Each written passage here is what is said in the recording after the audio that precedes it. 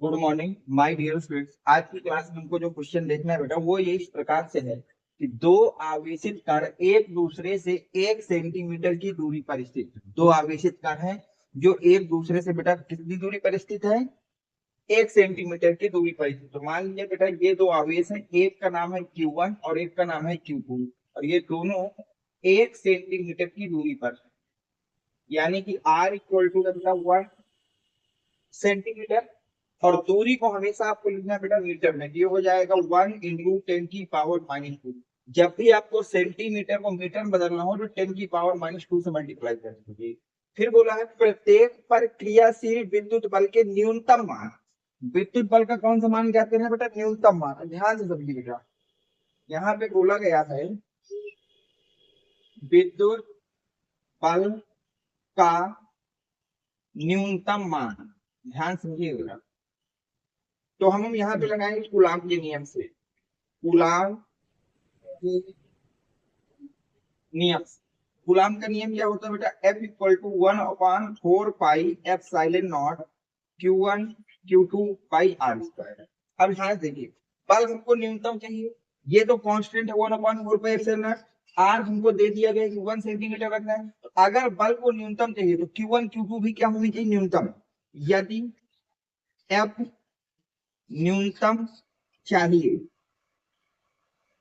तो Q1 और Q2 को भी न्यूनतम होना पड़ेगा। ये कंडीशन है कि अगर आपको बल न्यूनतम चाहिए तो Q1 Q2 को भी न्यूनतम होना चाहिए। और Q1 Q2 है क्या बेटा? आवेश। दूसरी बात, Q1 और Q2 आवेश है। क्या बेटा? आवेश।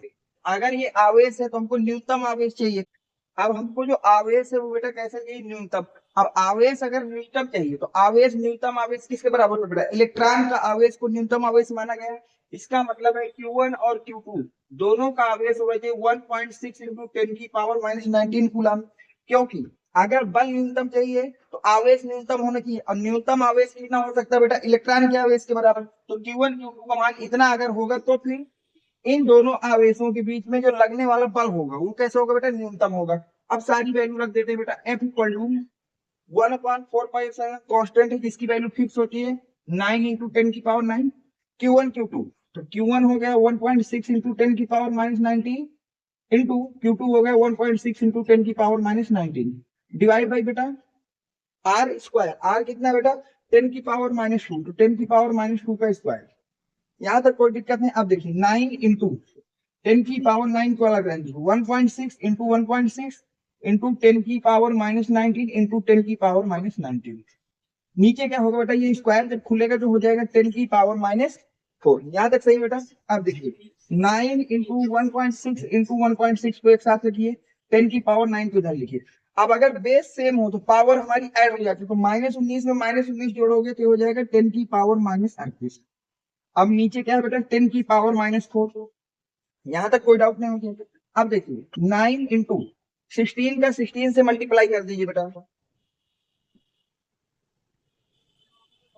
क्या जाएगा? 256। दो के बाद दशमलव लगा दीजिए इंटू, फिर से बेस सेम है तो पावर को जोड़ दीजिए। -38 में 9 जोड़ोगे तो 10⁻29 बचेगा बेटा। अब जो 10⁻4 है इसको ऊपर ले जाइए तो ये प्लस की हो जाएगी। ये बात मैं कई वीडियो में बता चुका हूँ कि अगर कभी भी 10 की घात को ऊपर या नीचे करेंगे तो उसका चिन्ह बदल जाएगा। ये नीचे था इसको ऊपर ले जा रहे तो प्लस से वो सॉरी माइनस से क्या हो जाएगा बेटा? प्लस हो जाएगा। माइनस से क्या हो जाएगा? प्लस हो जाएगा। अब देखिए इधर मैं आप इसको बता दे रहा हूँ। अब ध्यान से देखिए बेटा, ये हमारे पास हो जाएगा m इक्वल टू 9 का मल्टीप्लाई कर देते हैं। 9 छक्का बेटा 54, 9 छक्का 54 तो 4 आएगा, हासिल 5 बचेगा। 9 पना 45, 45 5 50, 5 बचेगा। 9 दूनी 18 और 18 5 23 बेटा। 2 अंक बाद दशमलव हो गया इंटू 10 की पावर। अब पावर जब जोड़ें तो माइनस में कितना हो जाएगा बेटा? 25।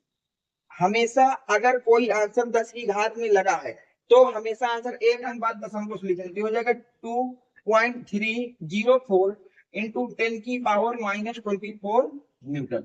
बल का मात्रा क्या होता है बेटा? न्यूटन। तो ये आपका फाइनल आंसर होगा। इस क्वेश्चन को देख लीजिए, काफी अच्छा सवाल था। इसमें आवेश को अपने से आपको सोच के लिखना था। तो अगर आपको आवेश न्यूनतम चाहिए तो उस आवेश को इलेक्ट्रॉन के बराबर रखना होगा। तो अगर दो आवेशित कणों को एक दूसरे से 1 सेंटीमीटर की दूरी पर रखें और न्यूनतम बल उनके बीच में कितना लगेगा बेटा, 2.3 इंटू 10⁻24 न्यूटन ही लगेगा। उम्मीद करता हूं कि ये वीडियो आपके समझ में आया होगा। अगर इस पे कोई डाउट है या कोई चीज समझ में नहीं आई तो मेरे व्हाट्सएप नंबर बेटा 7880960882 इस नंबर पे आप अपना डाउट मुझसे क्लियर कर सकते हैं। अगर वीडियो आपको पसंद आया हो तो प्लीज वीडियो को लाइक कर देना, चैनल को सब्सक्राइब कर देना। Thanks for watching, next video coming soon.